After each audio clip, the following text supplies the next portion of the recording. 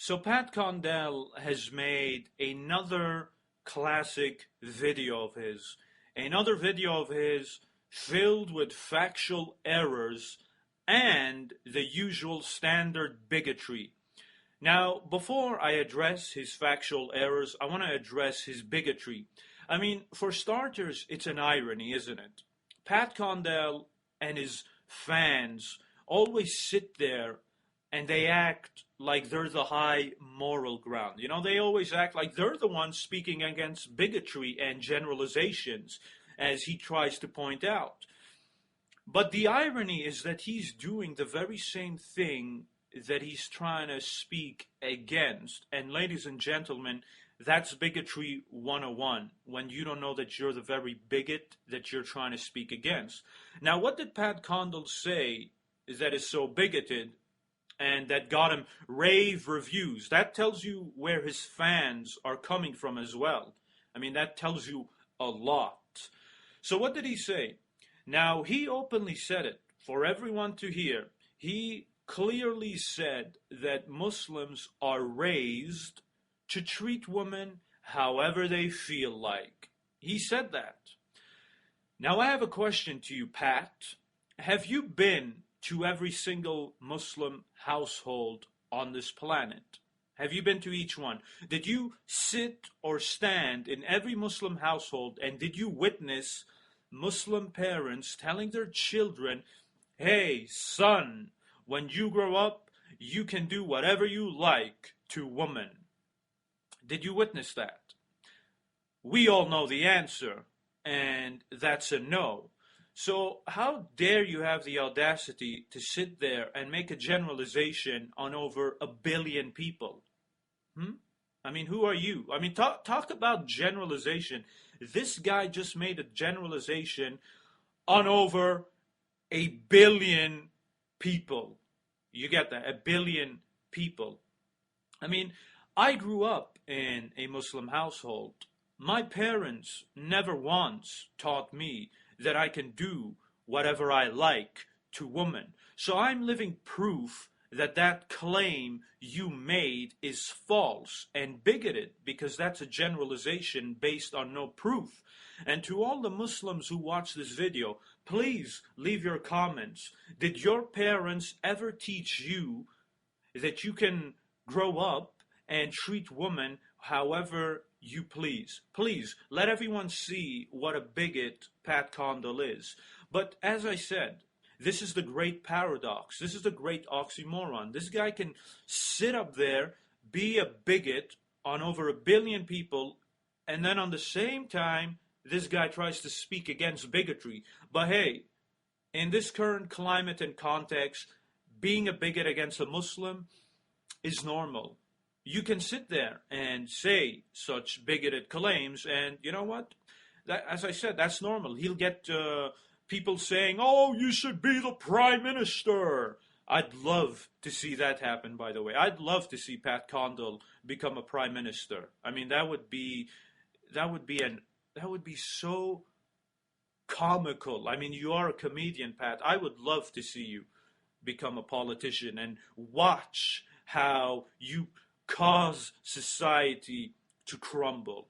But anyway, that's a topic for another day. I'm getting a bit sidetracked. But now to the second point, to Pat Condell's factual errors. Nothing new there. Now in his video, Pat Condell makes a very, very major claim. I mean, he openly says that Islam condones and encourages rape. Now, ladies and gentlemen, that is a very, very, very big statement and claim to make. And what a coincidence. In those 5 minutes of his video, he couldn't produce a single Islamic text that says if a lady gets punished, she should, or if a lady gets raped, she should get punished, as he's trying to argue. That's his argument. And if you notice, in none of Pat Condell's videos, not one, has he ever brought an Islamic text that says if a lady is raped, she should be punished. Big claims require evidence, my friend. But now let's refute you, and this is going to be quite sweet. Now, coincidentally, ladies and gentlemen, we have an Islamic text that talks about a lady getting raped during the lifetime of the Prophet Muhammad, peace be upon him. So this lady was raped, and she went to the Muslims, including the Prophet, and she said she was raped. And guess what? The culprit was punished. He was executed, the guy who raped her. And guess what? There weren't 4 witnesses. Her testimony alone was good enough. Now, wait a minute. I am severely confused right now. I'm confused. I'm like in the twilight zone right now. Pat Condell claims that in Islam, if you get raped, you're going to be punished. But I have an Islamic text from the lifetime of the Prophet Muhammad, peace be upon him, where a lady is raped, she isn't punished, the guy who rapes her is executed, and her testimony alone was good enough. She didn't need 4 witnesses. Who should I side with? The actual text or the comedian who is a comedian, he admits he's a comedian, or the comedian who can't even bring up a single text? Which one? It's so hard, isn't it?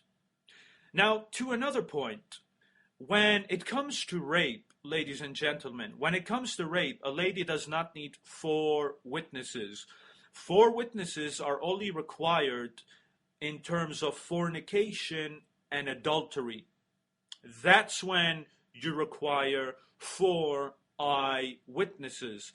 When it comes to rape, 4 eyewitnesses are not required. And that's a fact. All right?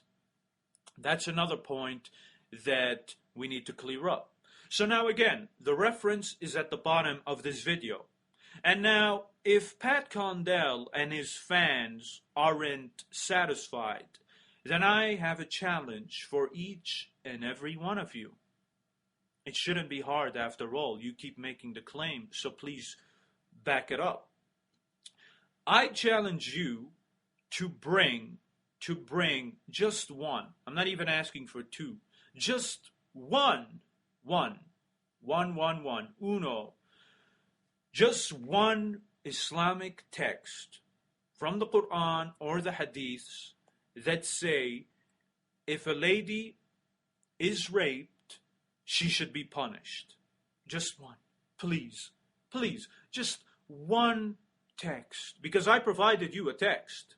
Now, if you want to rebut what I'm saying, you need to provide your text. That's called a debate. A debate isn't when one side makes a claim and the other side brings the text and then the other side just makes another claim. That's not a debate. You need to provide the text. So please bring it if you have the truth. It's not hard, is it? I'm not asking for much. I mean, after all, as I said, you keep making the claim. So obviously this text must exist someplace out there. So please bring it for all of us to see. Now I know what some people might say. This is what Pat Condell might be thinking.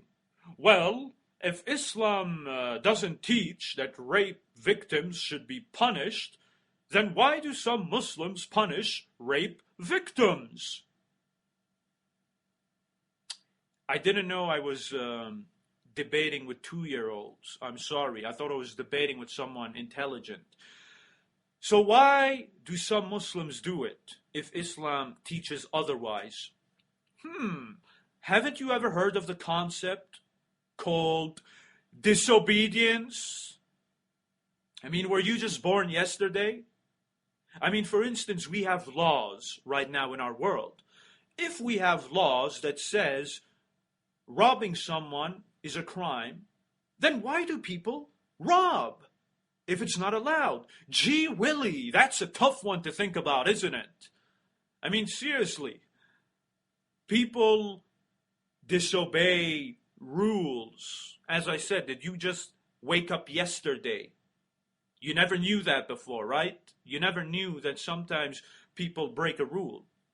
I don't know. Maybe I've been living in a box all this time. Maybe I don't know. You know, as Joe Pesci once said, maybe I'm a bit messed up in the head.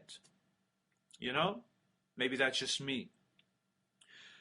And as I said, we have the Islamic text that shows that a lady was raped and the guy got punished. So if there are these bad Muslims who are punishing rape victims, then they need to provide the evidence, right? And didn't I challenge you? Bring that verse for me. But again, why do people do something that the religion says or doesn't advocate? Because they disobey.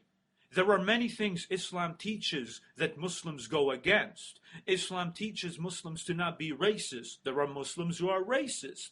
Islam teaches Muslims to be good with their neighbors. There are Muslims who are bad to their neighbors. And on and on and on and on and on and on and on it goes. Disobedience. I don't know. Seriously. It's like...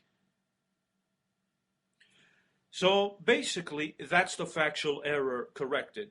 But now in conclusion, at the end of his video, Pat Condell says that we need to challenge Islam. You know, we need to challenge this belief and all of that. And Muslims might get offended. Pat, who's stopping you from challenging Muslims and Islam?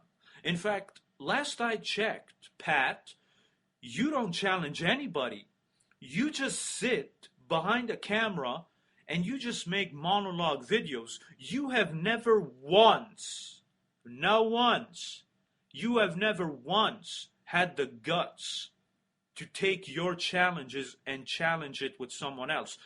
I, on the other hand, I have publicly debated my beliefs with people who oppose me, with people with opposing viewpoints. I've debated in churches, universities, public halls. I've stood publicly and taken the challenge.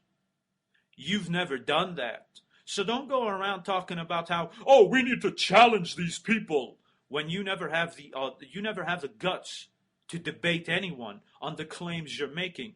Just like your hero, isn't it ironic that all these people saying we need to challenge the Muslims never want to debate? People like Geert Wilders, Pat Condell, and Thunderfoot, these guys, they hardly ever debate with the people they oppose. Or as Richard Dawkins said, I will never debate with those people.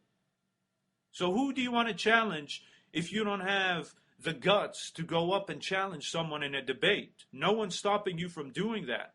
So what's stopping you? As I said, go do it. Go challenge somebody. Take your arguments and take it to the public forum for somebody to be able to respond back. I dare you to do that. That's what a real person does. When a real person believes in what he's saying, he goes public and he takes on the people who are arguing against him, like I have, like many others have. It's nothing special. We all do it. So go ahead, do it. Go public and debate someone. Let's see how good you can do. Who's stopping you? Who's stopping you, huh? Who? To all of you Pat Condell fans, what's stopping your hero from going out to debate? What's stopping him? And last but not least, I'm actually flattering you, Pat, because you're not a challenge, all right?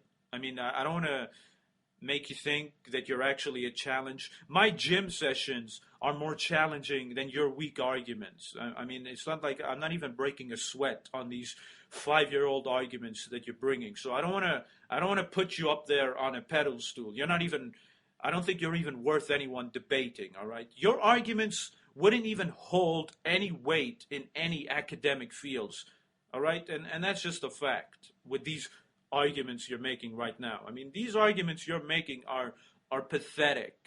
I mean, the fact that you stand there and you say that over 1 billion Muslims teach their children to just go out and treat women however they please. I mean, you're a joke. As you say, you're a comedian. Sometimes I wonder to myself, Pat, are you an act? Is this like all a comedy sketch? And